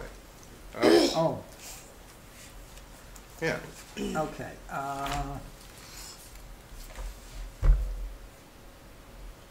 But as Terry said, thank you for doing what you're doing. So, these sound fine, don't they?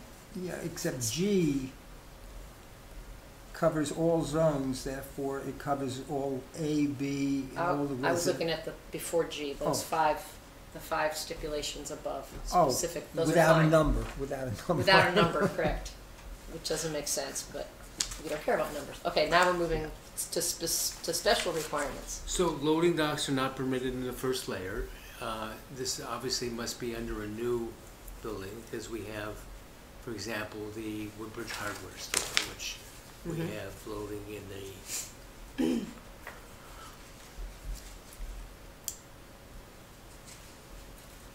I don't know what a sight screen is on a building facade. But what is? A street Site screen. street screens. I think a street screen is like if we have a restaurant that's permitted to put tables and chairs outside, aren't they supposed to have a street screen? Right? It's what we required of the tapas place on the corner of Bradley and Amity Road, right? Mhm. Only then they changed the location of where they were gonna put the tables and chairs. Yeah, from, Right? Yeah. But still, that's what a street screen was, Yeah, was that's for. So, that's what I was assuming that meant, Terry. Okay. That's what I was thinking it meant. It's a freestanding wall or combination of wall and landscape built along the frontage line or co-planar with the street to screen a parking lot from the thoroughfare, provide oh, we have a privacy to the definition side of street yard, screen. and/or strengthen the spatial definition of the public realm at a height of not less than 42 inches or more than 54. So that's what 3.5 feet and 4.5 feet are. Yep. Okay,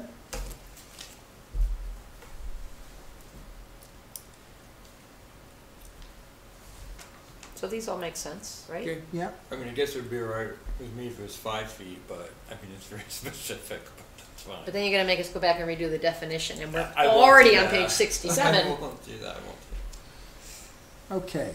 G, special requirements. So you pointed out in your comments, Chris, that trash placement at the very least goes against our, The ordinance. yes, the ordinance, there we go.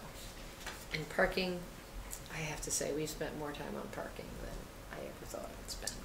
And this applies to residential A, B, Yeah, This does everything. everything, which makes no sense. Right.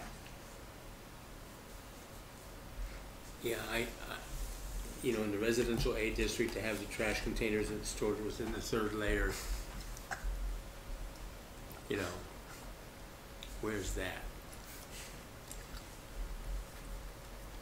it doesn't make sense. that. Anything so you don't see it, Terry. Right, it's so you don't see it, I get that. I mean, I think that's what you.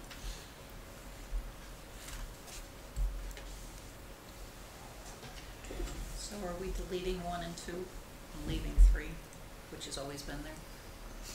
Yes.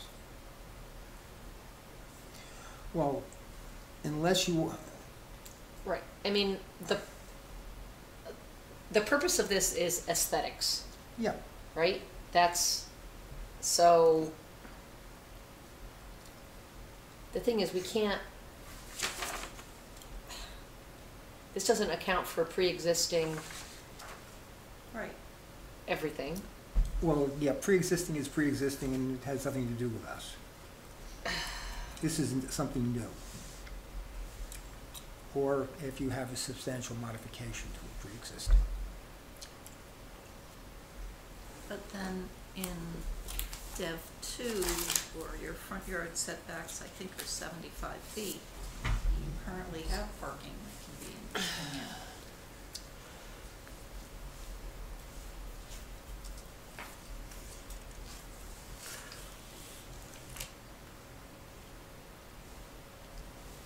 So does this mean that you can't park in your driveway? No, if we've taken out residential zones. Oh, Yeah, you definitely take out residential. okay. Well, it says specific to all zones. Yeah. But, Well, that's why I was only leaving in the high-pressure gas lines. Because typically, parking was covered under each type of use, Right, and that told you where it was, so that if you were coming in with whatever, yeah. under that specific use, it told you where the parking was supposed to go. So this is form language, correct, right? Yeah. Yeah. The inclusion of this type of thinking Yeah. is what. Right. Okay. Anytime you see layer. Yes, understood, okay.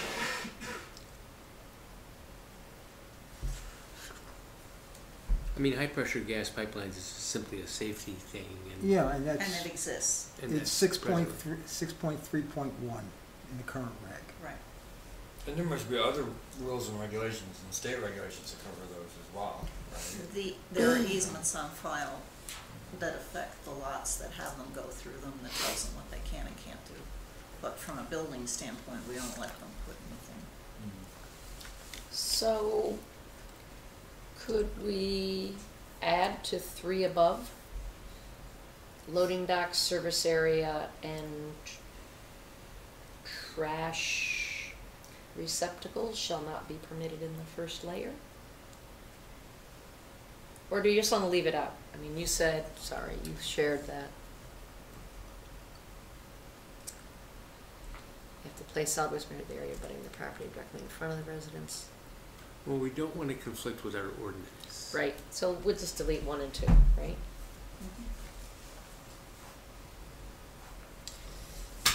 Specific to zone. And then I can leave specific to all zones.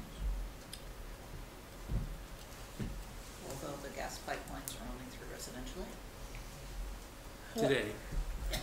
right?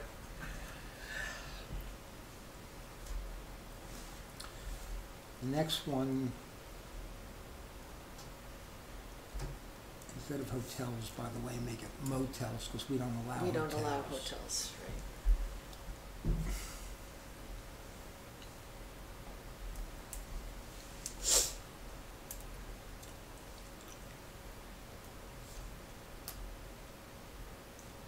So And we have to get rid of and multifamily dwellings. Multiple family, right, because, You can't have there's no residential in those zones. Only the accessory apartments and GBA. right, But what there has to be is a shop front facade. And they can't be on the first floor anyway. right. They have to be on the second floor. But what there has to be is a shop front facade unless in a office building. Is that what this says, right? Yep. Or in an assisted living facility. So you have to decide whether or not, you know, your regulation should say there must be a shop front facade.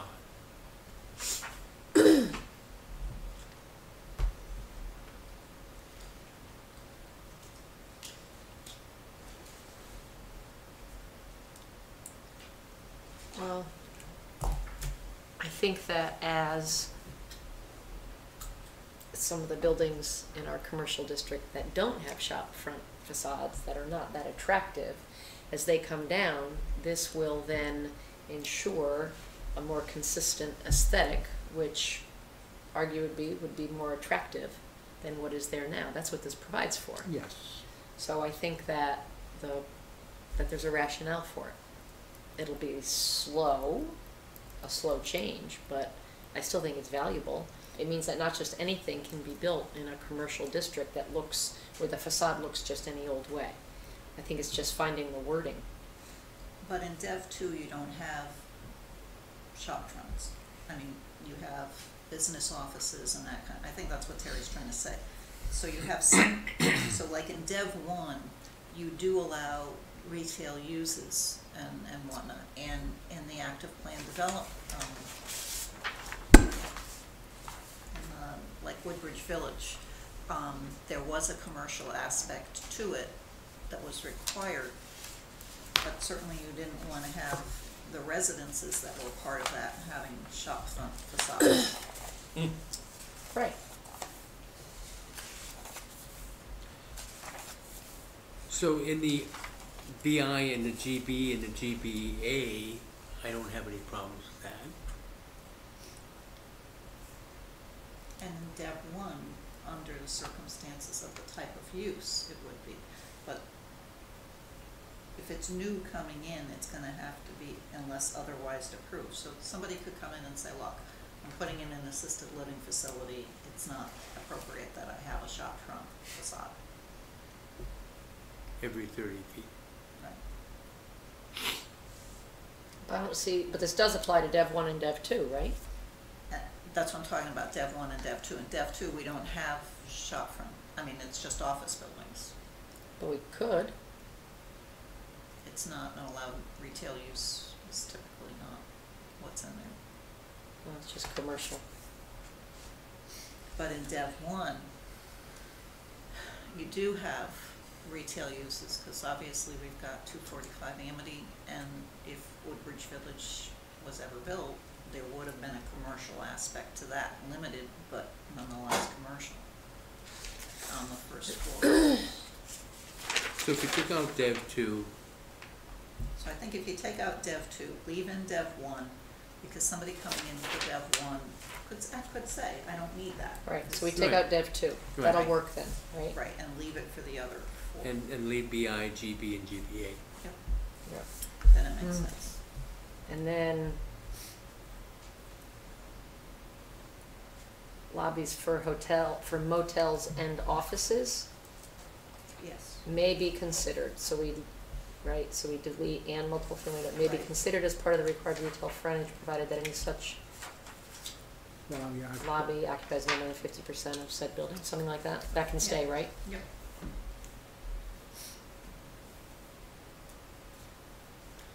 I would change the first four of shall to be may instead of shall, just to get rid of that mandatory language. In keeping with your flexibility that you grant yourself in the beginning. I think shall makes them come for a special exception, because I'm gonna stick by what I said. If we have a bunch of those commercial retail buildings on Lucy Street that don't look, I mean, there's no consistency, it's not attractive, it's a key commercial area of the town. As those come down at some point, who knows when, I think it's a good idea to have 70%, no less than glazed. I mean, I think it's a good idea to have consistency. This defines the consistency. As soon as you say may, people can do whatever they want, which is what they did now. And it's all preambled by that other sentence that says unless Otherwise otherwise approved. approved by the commission. So the commission, to begin with, has the flexibility to change that. Yep. So I think it's okay to leave it as is. Yeah. I don't get what number 2 is saying. I have no clue what that is. No one knows what. I mean, I love the idea of cross-block passages, but it doesn't say anything about them, it just is a statement. I have no idea. It's an incomplete sentence. Well, I even. think consistent with the form-based thinking, it's an effort to try to go that way. It's not But- necessarily gonna force it, but it's just how they want you to think it, what that is. It doesn't say anything. It doesn't say, it's an incomplete sentence. Take it out. Maybe you should say, please put in cross-block passages. Where deemed which is- necessary to protect the health and safety of pedestrians and bicyclists shall be constructed, but no.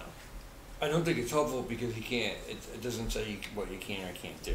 So Alan it's- actually was a appointee of this commission, looking into bike Oh, lanes at God. one point in time, No, that- remember? That was years ago. And there's a new bicycle thing out Thingy? there. Yeah, Where? Betsy Agla's working on it, Oh, good. and you're welcome to join. No, thank you. I just can't, I mean, I think we should just delete it, people already said that, right? All right, and specific to GB and GBA? I Can there thought be we- residential in GB or GBA? No, Only in GBA. right, we got rid of it in GB. So therefore, take out GB, because this talks about residential. So residential is in the GBA district, must meet.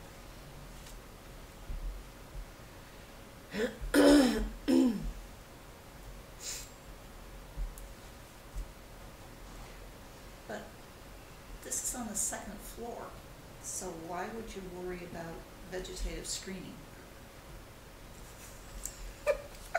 Bamboo? Screening fence. On a second. I don't know. Tall trees. I'm sure Well, bamboo that might not be in our list, though. In Milan, they have like 40 and 50-foot story towers, and there are trees going up the whole way up the side of the building that the zoning people can require that like planted. It's a little weird, but I bet that's coming from that. I bet it is. Because I always think of Milan. I know, I know when I think of Woodbridge, I know.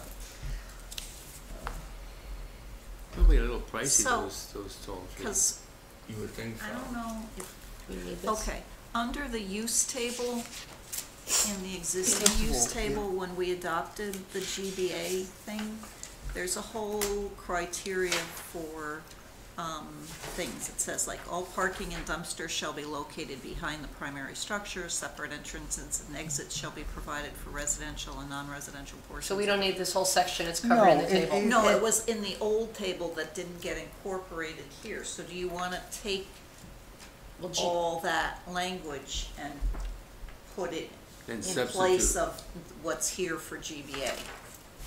Or it goes in the table, Well, I don't know. or maybe it doesn't fit in the table. Sure, I would think do it what you fit better suggest. here, yeah. Do it this way, that way. And by the way, this doesn't make sense anyway, because it says must meet the following requirements, and then the commission is authorized to impose conditions. So it doesn't make sense. I just think somebody was gonna see if we read it. So you're gonna, I'm gonna take from 12, the table for GBA and put the, and put it here. yeah, conditions in. Okay, and get rid of this. Okay. While we're here, I would like to set a time limit on this. Oh, it's already 9:25. Yes. Do you wanna stop here? Well, I don't think, I was hoping to get through this section, but we're not gonna get through, the way we're going now, we ain't going, because that's not until page 79, and we're only on 67.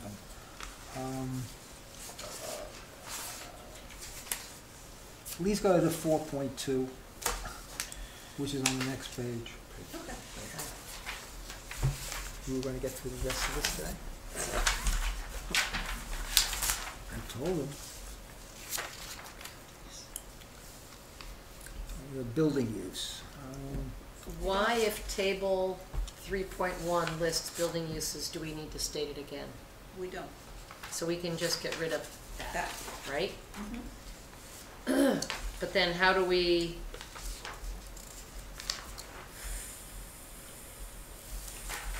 .2.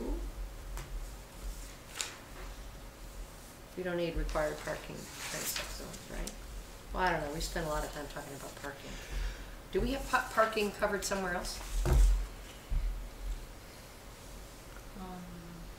It used to be in other parts of the regs, so I think this is where it's, I need to go really and look at the individual uses, because sometimes it's covered like in a definition of assisted living facility. If you look at 4.2, it's parking. 4.2 is parking. Well, but look at all the stuff in H on parking, right? Specific to in the middle of page 49 in the left-hand column. Page All of that's about 49? parking. Page which? All this is about parking. Oh, Wait a minute. So do we No, want to start On the page next time? 69. All at of this is parking? about parking. yeah, okay. So would you like to start the next time about parking and have a parking section? Because I think parking is important.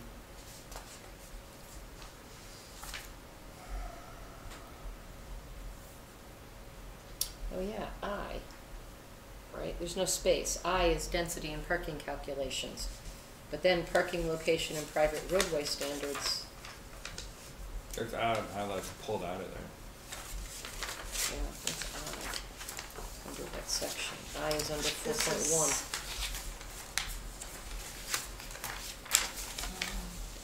Yeah, I This is part of building use. So what you're seeing on page 69 is actually under building use, which is 4.1. which is H. Yeah, 4.1H. Yep. No, it's not. Density and parking calculations is I. You see? But this, the top of page 69 is continuing from where we just wiped out.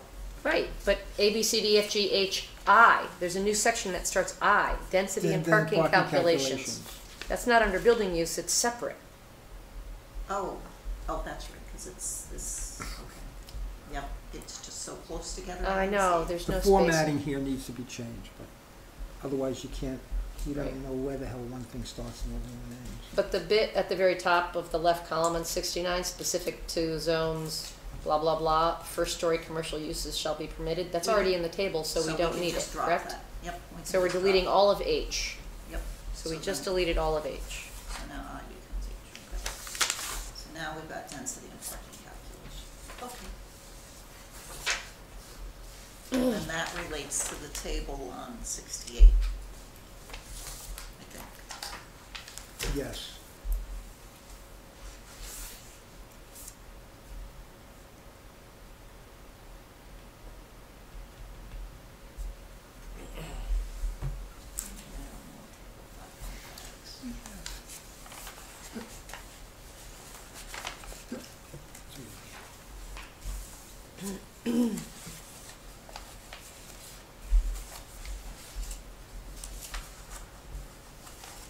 So, yeah, kind of weird, because under basic standards, it starts back into traffic, parking, and loading Yeah, I was looking requirements for that.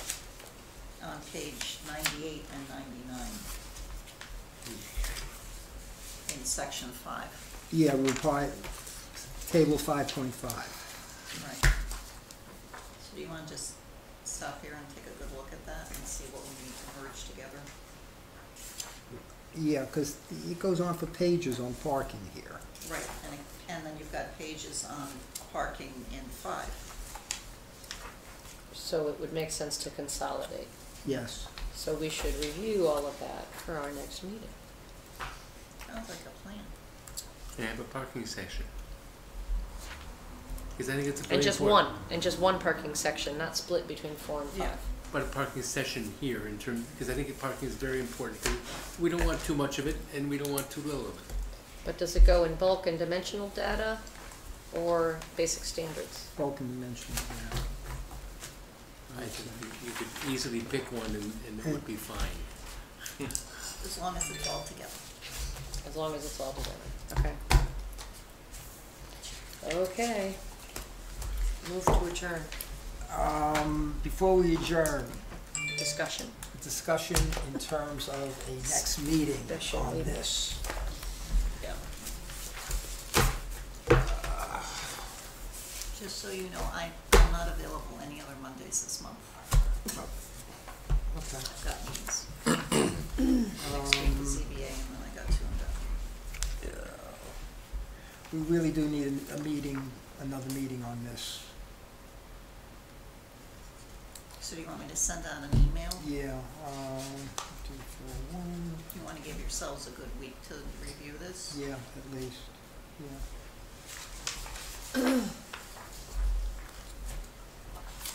So like the week, do you want to try for later next week, March 11th, or the following week? Either the 11th or the 18th. Okay.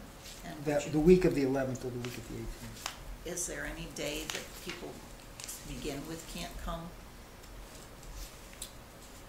Actually, I'm okay those 2 weeks. That's me. I'm on vacation the week of the 11th and really don't want to be tied down.